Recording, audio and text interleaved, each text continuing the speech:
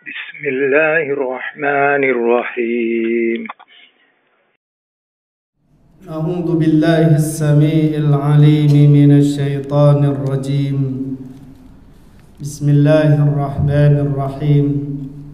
أحييكم بتحية الإسلام تحية من عند الله تحية مباركة من أهل الجنة. Ketembilahan meminum kopi. Kejauhan. Malamnya makan lontong gulai paku. Salam nih, salam diajarkan Nabi.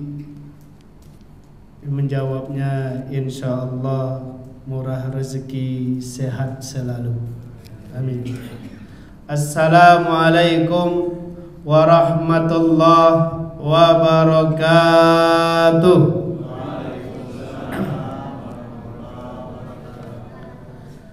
Alhamdulillahilladzi allafa baina qulubina fasbahna bi ni'matihi ikhwana wa anzalal Qur'an hudal lil muttaqin wa shifaa'ul lil mu'minin. Walhamdulillahilladzi qail Iqra' bismi rabbikal ladzi khalaq khalaqal insana min 'alaq Iqra' wa rabbukal akram. Nashhadu an la ilaha illallahul malikul ghaffar wa nashhadu anna Muhammadan abduhu wa rasuluhu wa ahsanul bashar. Allahumma salli wa sallim wa barik wa an'im ala nabiyinal karim habibina Muhammad sallallahu alaihi wasallam alladzi la yantiqu 'anil hawa in huwa illa wahyu yuha. Salatu wassalamu ala alihi wa ashabihi ahli sidqi wal wafa.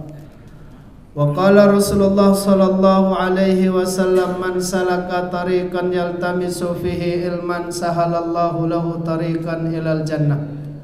Kata Rasulullah, siapa yang memudahkan langkah kakinya hadir dalam majelis ilmu, Allah mudahkan langkah kakinya menuju surga. Jadi kalau ditanya, Bu, masuk surga susah atau payah? Hah? Sama aja. Ada yang memang Allah mudahkan untuk masuk surga. InsyaAllah Bapak Ibu Allah mudahkan. Amin. Waqala Imam Al-Ghazali ta'allamu sa'a khairu min ibadati sab'ina sana. Kata Imam Al-Ghazali, mengaji sebentar itu lebih baik daripada beribadah 70 tahun. Alhamdulillah, bersyukur kepada Allah, berselawat kepada Rasulullah. Allahumma salli wa sallim wa barik alaih. Salawat dan salam kepada keluarga dan para sahabatnya. Gimana kabar Bapak Ibu? Sehat? Alhamdulillah. Kantong sehat? Alhamdulillah. Hati sehat? Alhamdulillah. Itu namanya sehat wal afiat. Badan sehat, kantong sehat, hati sehat. Ada. Itu sehat wal afiat tuh. Insyaallah malam hari ini kita melanjutkan kaji tentang fikih ibadah ala mazhabil arba'ah ya, menurut pendapat ulama mazhab kita terkait dengan sifatul a'immah, tentang menjadi ataupun sifat seorang imam, kriteria menjadi imam. Idza balagha as-sabiyyu haddan yu'akkil wa huwa min ahli shalah sahat imamatuhu. Kalau ada anak-anak sobi itu anak-anak, di atas sobi namanya walad, di atas walad namanya sabab, di atas sabab namanya syekh. Jadi sebenarnya Pak, tidak ada istilah remaja. Kalau Bapak Ibu setuju, kita hilangkan saja dengan sebutan remaja itu. Kita tidak tahu dari mana munculnya kata remaja. Kenapa harus dihilangkan Pak Ustadz? Kadang konotasinya tak baik. Seolah-olah kalau remaja maklum-maklum sajalah kalau dia jahat. maklum-maklum sajalah kalau dia itu punya sifat yang tak baik. Nah itulah, siapa yang mecahkan kaca itu anak tuh, oh iya, masih remaja pula. Jadi menjadi legalitas dia. Kenapa? Masih remaja, dimaklumi. Padahal istilah remaja itu tak dikenal dalam dunia fikih.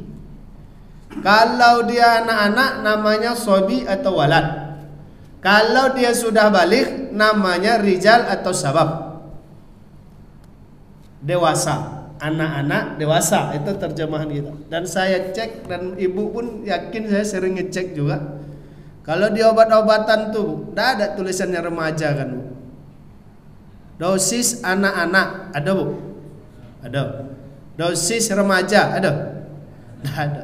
Yang ada tuh dosis anak-anak sama dewasa. Jadi remaja gimana dosisnya Pak Ustaz? Suka hati dia lah, Pak. Berapa mau dibuatnya dosisnya? Nah, jadi ada dalam fikih itu anak-anak sobi, anak-anak. Kalau dia sudah ahli salat, min ahli salat, sudah pandai dia salat, bacaannya bagus, gerakannya benar, wudunya tak salah, sohat imamatuhu, dia jadi imam sah. Kita ngikut dia. Imam dia jadi imam tu sah, Pak. Kita jadi makmumnya sudah pasti sah. Yang jadi masalah tuh nanti kan kalau imam tak sah, makmum sah atau tidak, itu yang menjadi kaji. Tapi kalau imam sah, makmum tak perlu khawatir, pasti sah.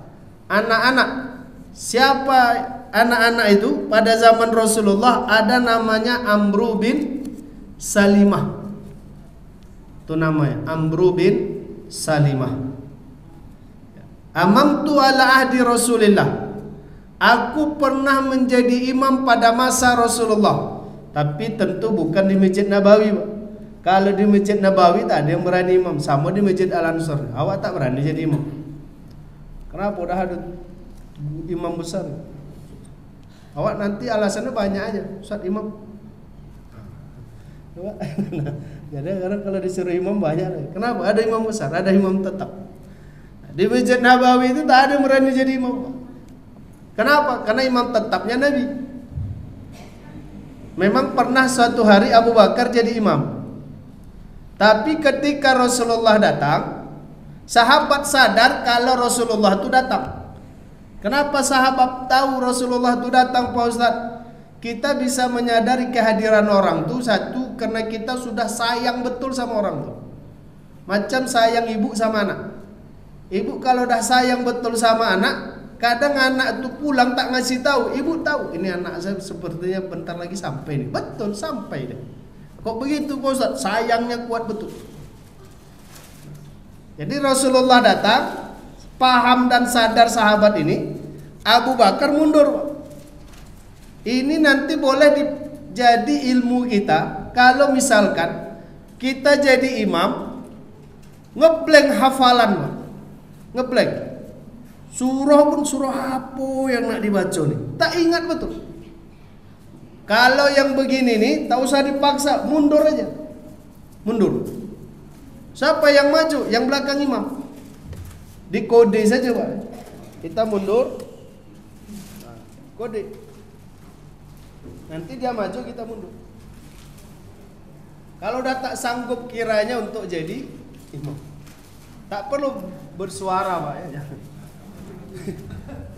Jangan sampai besar. Maju, Pak. Kata bapak yang belakang, kini ya maju. Dia boleh kasih isyarat aja. Yang belakang tuh maju, imam tuh mundur. Boleh, Pak Ustaz, boleh. Dalam sholat boleh. Karena itu sudah kejadian pada masa Rasulullah Sallallahu Alaihi Wasallam. Kalau memang dah tak sanggup betul kiranya jadi imam, ya. Tak sanggup tuh kan bisa jadi dua. Yang satu karena tak hafal gila. Hafalan tuh ngeblank sama sekali, hilang. Al-Fatihah pun bermasalah. Tak hafal sebab Allah alam. Yang kedua, karena tadi yang pertama kita terpaksa karena tidak ada imam. Tiba ada imam tuh datang, merasa tak enak hati kita. Boleh kita mundur. Yang belakang itu yang maju imam. Tapi tadi ya cukup kasih kode, tidak perlu pakai suara. Pak maju Pak. Kata yang sebelah-sebelah, awak tak berasa imam doh. Apa bisa? Ndak juga. Itu yang bahaya tuh. Jadi ada tadi nama sahabatnya adalah Amr bin Salimah. Dia pernah jadi imam pada masa Rasulullah. Berapa umurnya? Wa ana gulam ibnu sab'i sinin. Waktu itu umurku 7 tahun kata dia. Masya Allah. 7 tahun dah jadi imam. Kalau saat ini 7 tahun itu kelas berapa tuh Bu? Kelas 1 SD Bu. Kelas 1 SD dah bisa dia jadi imam. Boleh Pak Ustaz, boleh. Jadi Bapak Ibu kalau di rumah kita ada anak, ada cucu, ada ponaan, kalau dah pandai dia jadi imam, gerakannya betul, dia tidak main-main, baca surahnya baik, boleh kita minta nak jadi imam. Kita jadi makmum di belakang yuk. Siapa yang membolehkan itu Pak Ustaz? 4 ulama fikih kita sepakat kalau dia di sholat sunnah. 1 ulama kita yang membolehkan secara mutlak, yaitu Imam Syafi'i. Mazhab Syafi'i membolehkan anak-anak walaupun dia belum sunat, karena memang tak ada ukurannya sunat atau belum. Kecuali zaman awak kecil dulu waktu itu, awak mau maju ke depan, sop depan nih, itu ditanya sama bapak, udah sunat? Belum, belakang. Padahal dalam fikih tidak ada aturan fikih begitu, tapi memang begitulah kebiasaan, dan itu tak salah juga. Kalau dia udah pandai jadi imam, boleh kita imam lana, kami jadi makmum saja. Dan jangan pernah ibu jadi imam kalau anak kecil laki-laki itu sudah bisa dia jadi imam. Tak boleh ibu jadi imam. Perempuan tidak boleh dia menjadi imam kalau ada anak kecil laki-laki yang bisa dia jadi imam. Nah ini tentang anak-anak. Jadi kalau anak-anak itu walaupun dia belum balik, namanya anak-anak. Kalau anak-anak pasti belum balik. Kalau dah balik namanya dewasa. Dan anak-anak sekarang cepat betul baliknya. Tak lama, sebentar. Kelas 5 mungkin sudah ada yang balik perempuan. Kelas 5, kelas 6 SD. Laki-laki itu kelas 6, kelas 1 SMP, MTS, itu sudah ada yang balik. Cepat balik anak sekarang. Entah karena banyak makan bakso, tidak tahu. Jadi cepat balik. Nah, itu kajiannya tentang anak-anak kalau dia menjadi imam. Nah, wa tajuzu shalah khalfa fasik. Yang kedua tentang imam tuh, boleh kita salat. Ini jawabannya boleh ya, perkaranya boleh. Wa tajuzu, boleh. Khalfa fasik, di belakang orang yang fasik. Jadi kita boleh jadi makmum kalau imamnya itu fasik. Karena Rasulullah sampaikan, "Shallu khalfa man qala la ilaha illallah." Kalian boleh salat di belakang orang yang masih mengucapkan la ilaha illallah. Orang fasik itu dia masih Islam Pak Ustaz, masih. Tapi kenapa maling dia? Fasik dia. Tapi bukan di masjid nih Pak ya. Misalkan nanti Bapak Ibu melakukan perjalanan, singgah di suatu masjid, nampak kita bapak tuh berjudi dia, terus jadi imam sholat zuhur, siap berjudi itu Pak, jadi imam dia. Kira-kira ibu mau nak jadi makmum ya? Apa? Bapak tuh berjudi dia tadi, ini dia pula jadi imam awak. Meleset. Kalau nampak gitu Pak ya, yang imam sholat zuhur tuh, tadi pagi kita nampak dia mencuri Pak. Mencuri, nampak kita dia mencuri. Mencurinya tak banyak ada Pak. Mangga tetangga diambil. Buah mangga tetangga itu dipanen ya Pak. Tetangga yang nanam, dia yang manen. Jadi kalau sekarang istilahnya may yazra yahsud, siapa yang memanen, siapa yang menanam, pasti dia memanen. Ini tak berlaku nampaknya Pak. Siapa yang memanen, siapa yang menanam, siapa yang memanen. Awak tanam sawit, yang manen orang Pak Ustaz. Itu kasus. Jadi paginya nampak gitu, orang tuh ngambil mangga tetangganya. Tiba zuhur, dia maju jadi imam. Ya Allah, dia pula lah jadi imam. Boleh kami jadi makmumnya Pak Ustaz? Jawabannya boleh. Boleh. Kalau tak ada yang lain. Kalau ada yang lain, tentu yang lain itulah yang suruh maju kan. Nah, ini kan kadang problemnya tak ada yang lain, cuma dia. Atau dia memang sudah ditetapkan jadi imam, cuma kita tahu salah dia. Nah, karena kita tahu salah dia, dan salahnya itu fatal pula, sehingga masuk kategori fasik. Orang fasik itu apa Ustaz? Yang fasik itu fasaqah, artinya rusak, Islamnya rusak. Dia belum keluar dari Islam. Dia Islam tapi rusak. Harusnya orang Islam itu kalau berkata jujur. Ya, dia enggak. Kalau berkata udah kasar, bongak pula lagi. Harusnya orang Islam tuh suka berbagi. Dia enggak. Pelitnya nauzubillah. Itu fasik. Harusnya orang Islam tuh bisa menjaga harta orang lain. Artinya tak mengganggu harta orang. Dia hanya memakai dan mengambil harta dia. Oh kalau ini enggak, harta orang, harta dia juga Pak.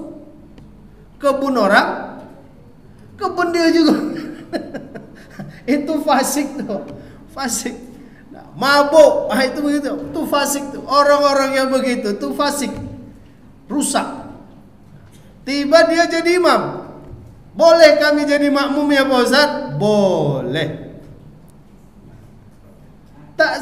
Tak masalah solat kami, enggak.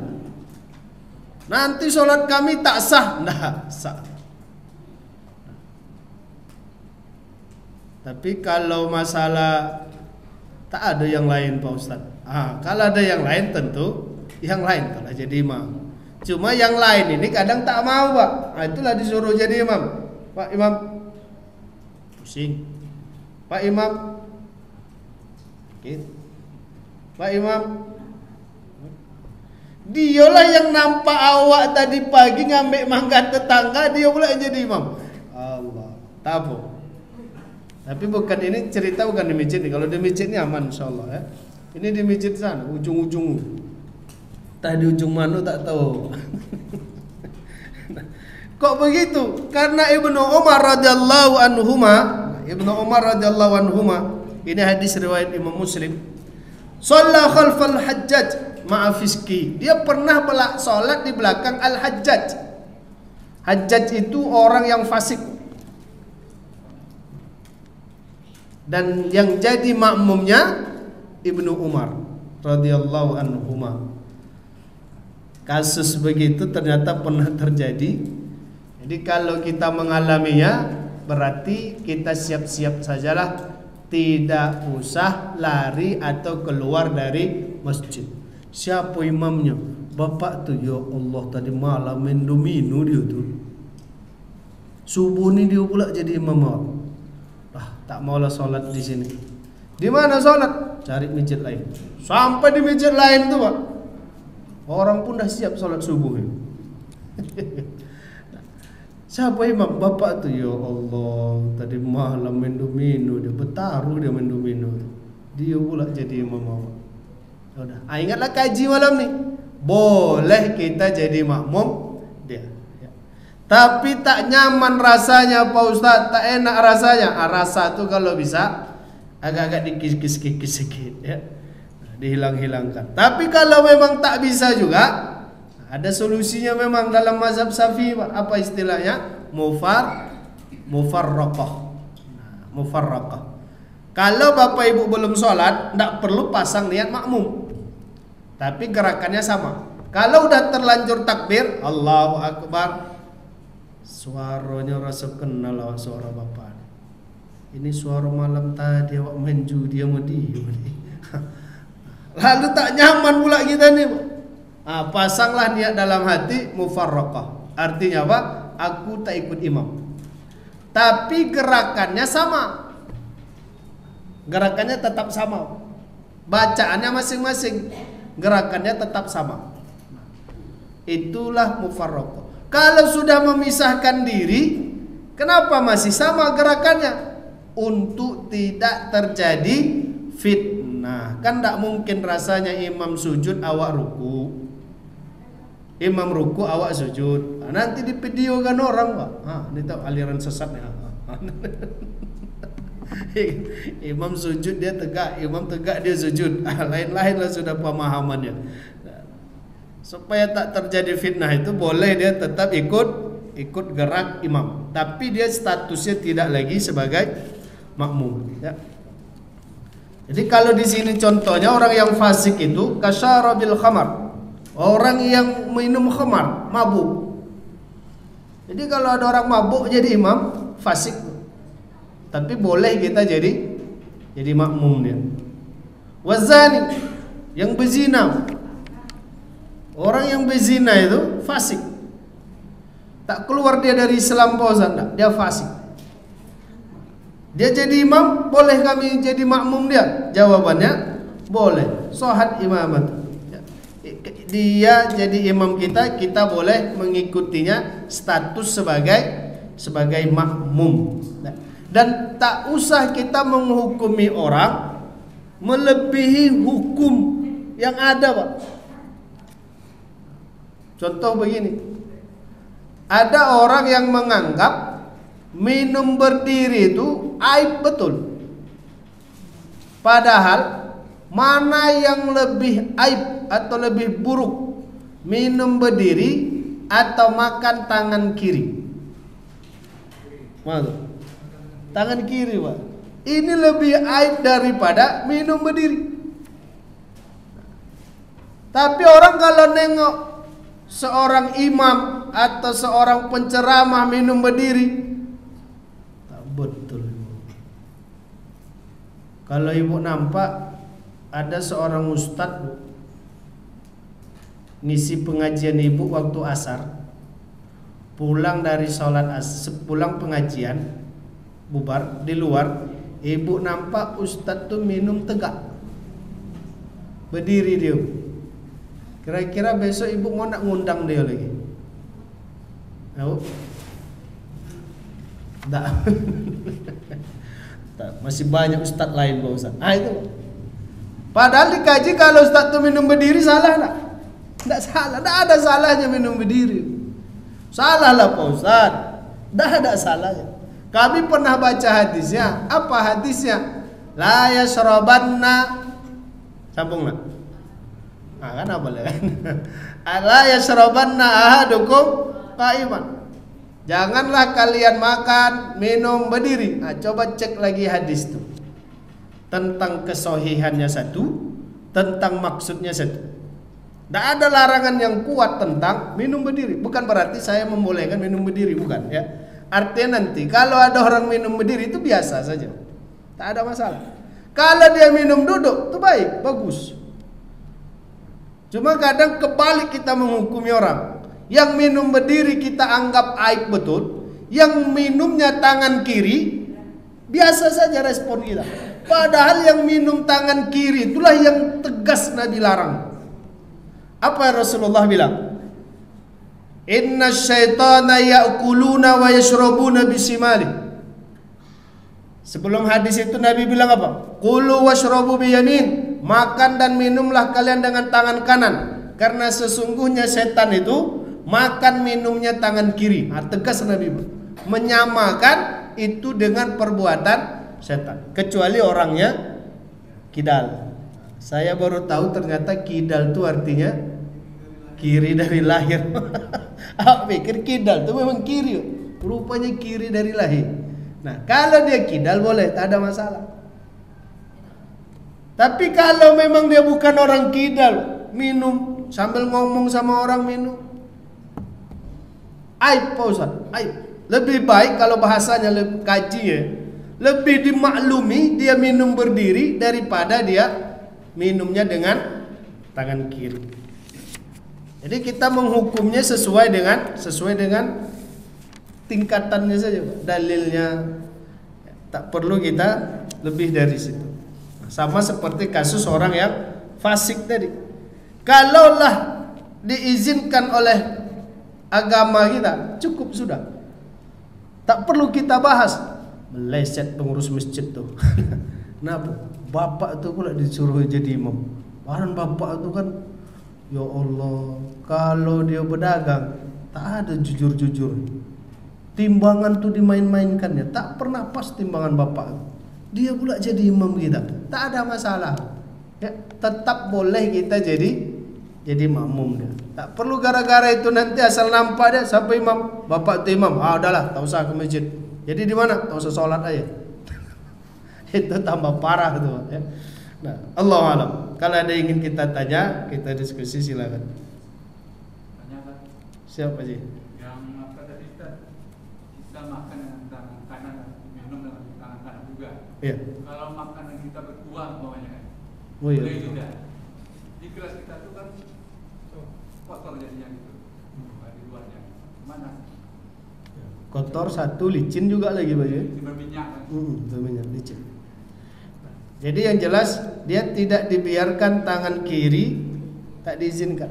Supaya bisa lepas dia dari tangan kiri itu, dibantulah pakai tangan kanan. Bisa begini, begini. Tapi tak dibiarkan dia kiri sendiri. Dia harus dibantu biar hilang hukum kirinya. Tapi kalau dia mustakil, dia berdiri sendiri begini, ini kiri nih. Tak bisa kita hukumi dia tak kiri.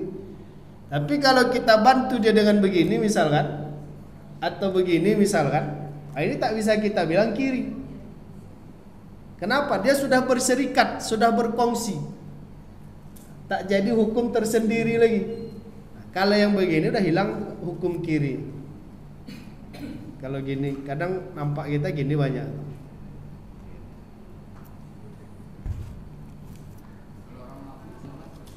Nah, mabuk minuman atau mabuk kendaraan? Hah? Mabuk. Oke.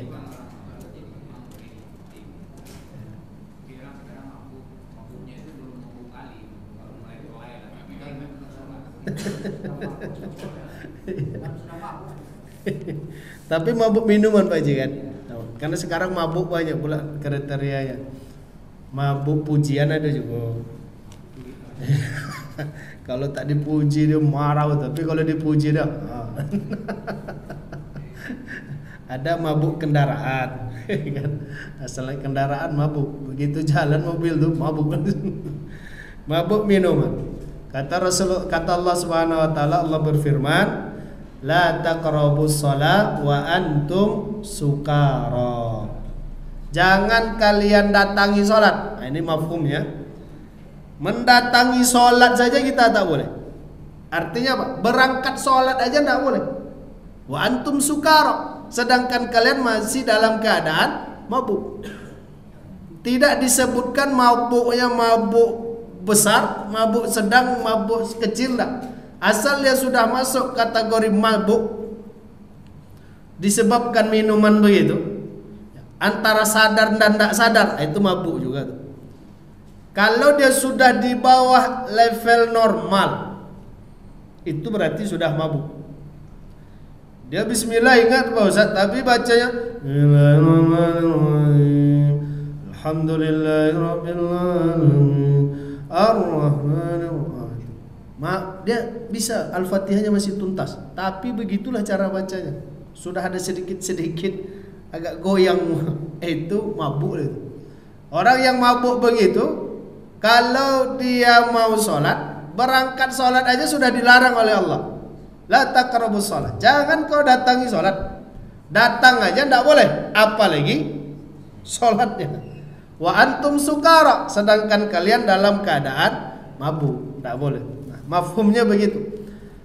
Sama seperti pembahasan Pak Ustaz, yang dilarangkan kita itu memakan harta anak yatim, memakan uang riba. Kalau harta anak yatim itu kami belanjakan ke token, kalaulah uang anak yatim itu kami belikan ke emas, boleh enggak? Jawabannya tetap tak boleh. Kan dalam Al-Quran yang dilarang makan, tak kami makan. Kenapa Al-Quran menggunakan kata makan? Karena biasanya uang itu digunakan untuk kebutuhan makan. Nah, maka digunakan bahasa makan. Jangan memakan harta riba. Oh, kalau makan harta riba tak boleh. Tapi kalau hasil duit riba itu belikan ke kebun, tak ada masalah. Tetap tak boleh. Kenapa digunakan kata makan tadi? Karena biasanya uang itu digunakan untuk cari makan. Kan biasanya orang begitu juga kalau ditanya. Orang mau berangkat kerja, mana Pak? Cari rezeki gitu ya.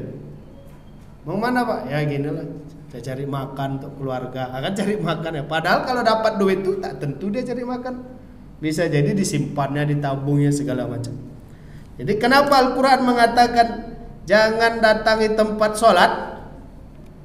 Itu menunjukkan orang yang mabuk itu, jangankan dia sholatnya, tempat sholat aja dia tak boleh datangi. Dia tak boleh dekat. Tak boleh, kalau bahasanya masjid, dia tak boleh ke masjid. La taqrabus shalah. Jangan datangi salat. Nah, jadi tak boleh kecuali mabuknya sudah hilang. Malam tuh mabuk dia, pagi dibangunin sama istrinya. Ya bangun ya. Subuh dia. Salat. Maju dia jadi imam. Boleh kami jadi makmum ya?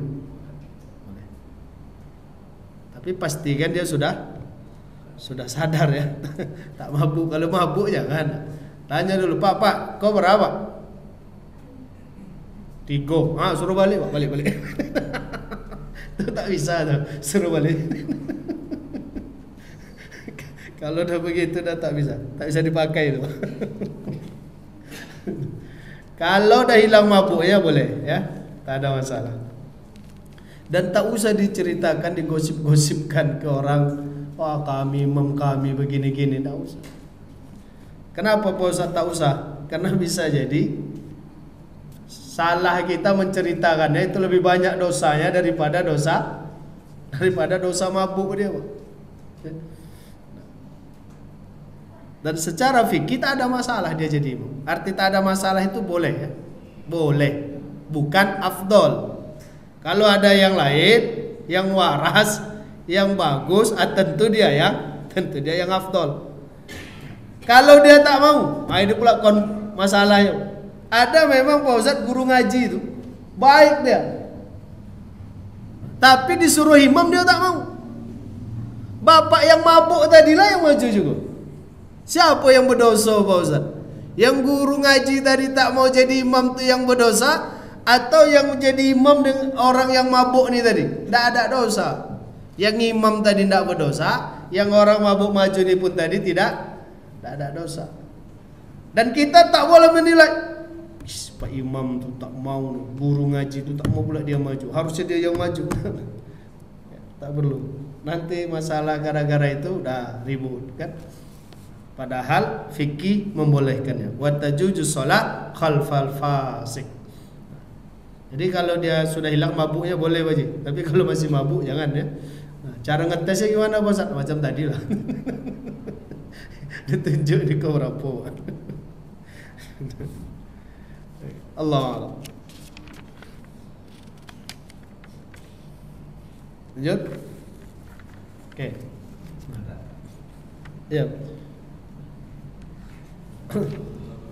Waalaikumsalam warahmatullahi wabarakatuh.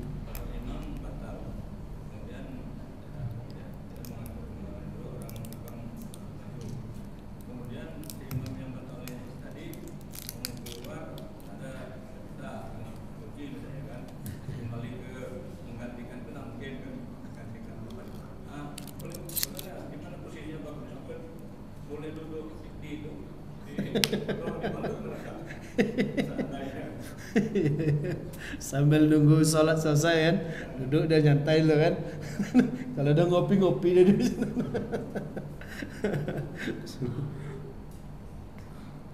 Kalau imam batal, yang jelas kalau imam batal dia tak boleh lanjut sholat.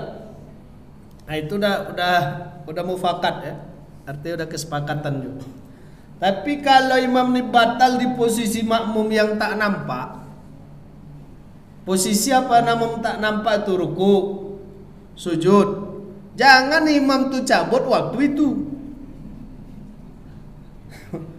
Sujud dia, Allahu Akbar, Allahu Akbar. Sujud semua makmum. Begitu sujud keluar kawan juga.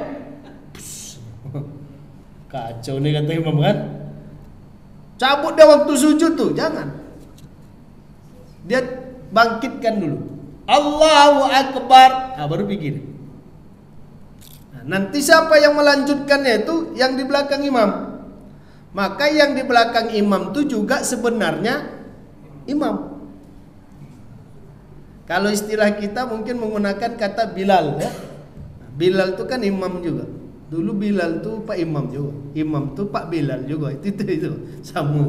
Atau kalau dalam masjid-masjid yang ada imam satu, imam dua, nah imam satu maju, yang di belakangnya imam dua. Cuma kadang enggak, imam satu maju, imam dua tak ada.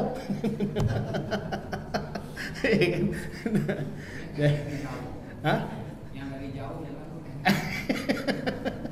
Kadang di belakang imam itu nyatanya tak bisa jadi imam.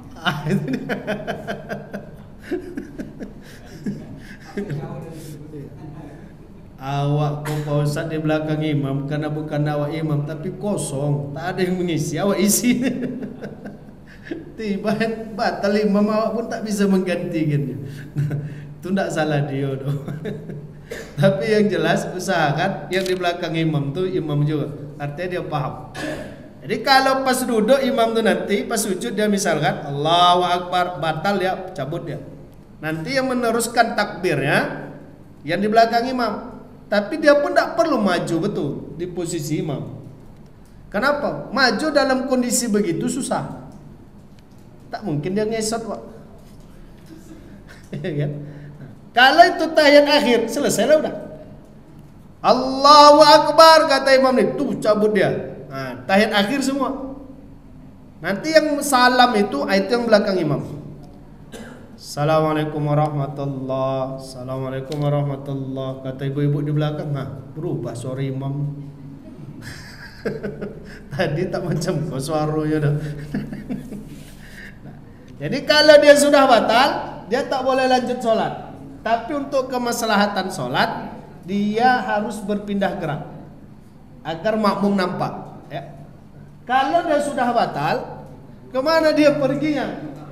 Dibuka ya pintu, dia berkunci. Ada memang masjid yang ada pintunya, cuma kadang dikunci, pintu. Ya, kadang ada yang disediakan, tapi ada disediakan, cuma lupa dia buka kunci itu. Jadi terkunci. Gimana dia keluar? Dia keluar ambil jalan lurus saja baju. Sini dia contoh. Nah, batal saya balik gini. Nah, yang di belakang itu dia ngasih jalan. Ngasih jalan. Kalau saya ambil ke sini enggak boleh. Sampai sana lurus. Tak boleh. Saya balik kanan. Batal. Maju. Kalau mau dikasih tahu yang di belakang, ganti pemain.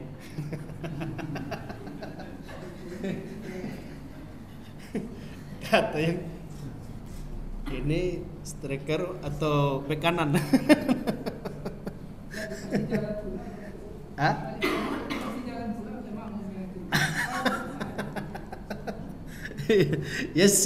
May yassarul mu'minan yassarallahu lahu yaumal qiyamah. Kalau kita sudah tahu dia balik kanan, itu tanda dia mau keluar. Kita kasih jalan, mudahkan. Kalau kami hadang, tambah sulit kan. Berdosa kita, Pak, mempersulit urusan orang. Jadi dia keluar. Udah keluar, Pak Ustaz.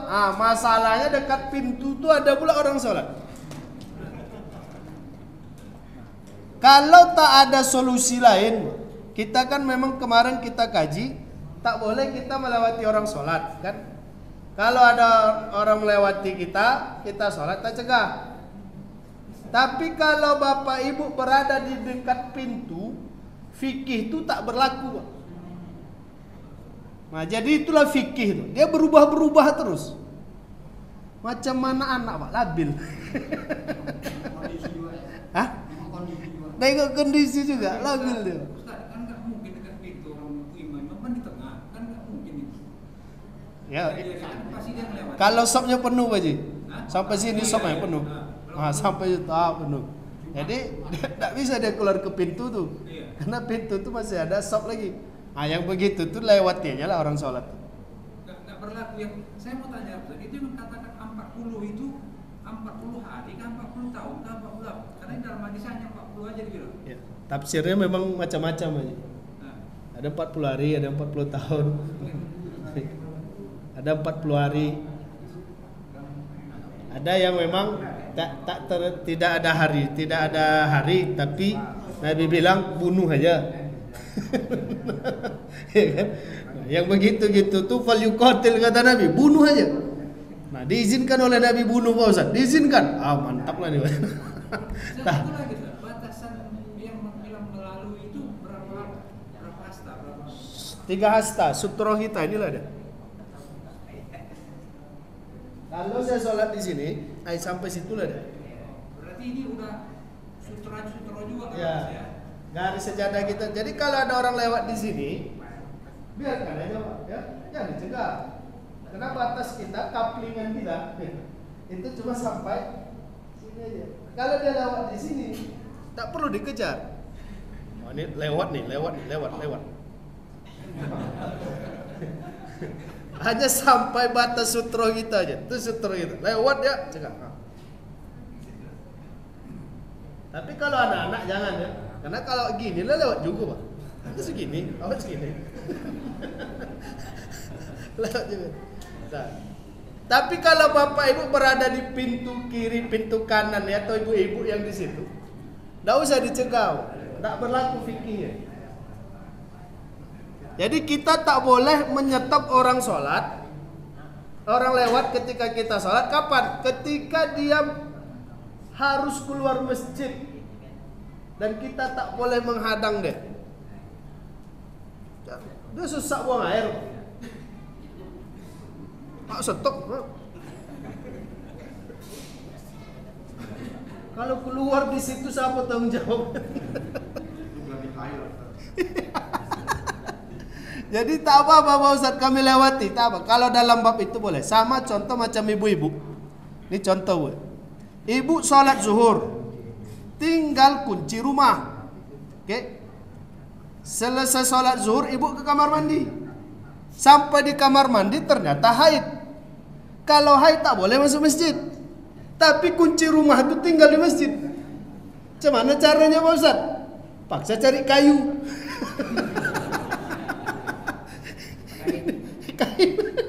Tidak perlu Bu, masuk aja.